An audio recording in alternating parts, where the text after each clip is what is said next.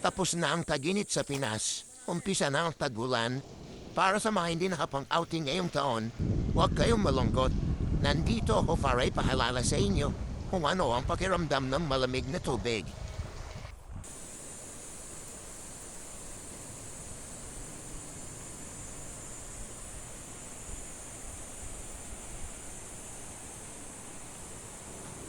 At para sa mga hindi nakapag-outing, eto ako ngayon sa ilog. Ako na ang iyong representative.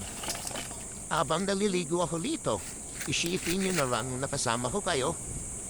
Itong malamig na tubig, para sa inyo to. Itong sariwang hangin, para sa inyo din. Let's go!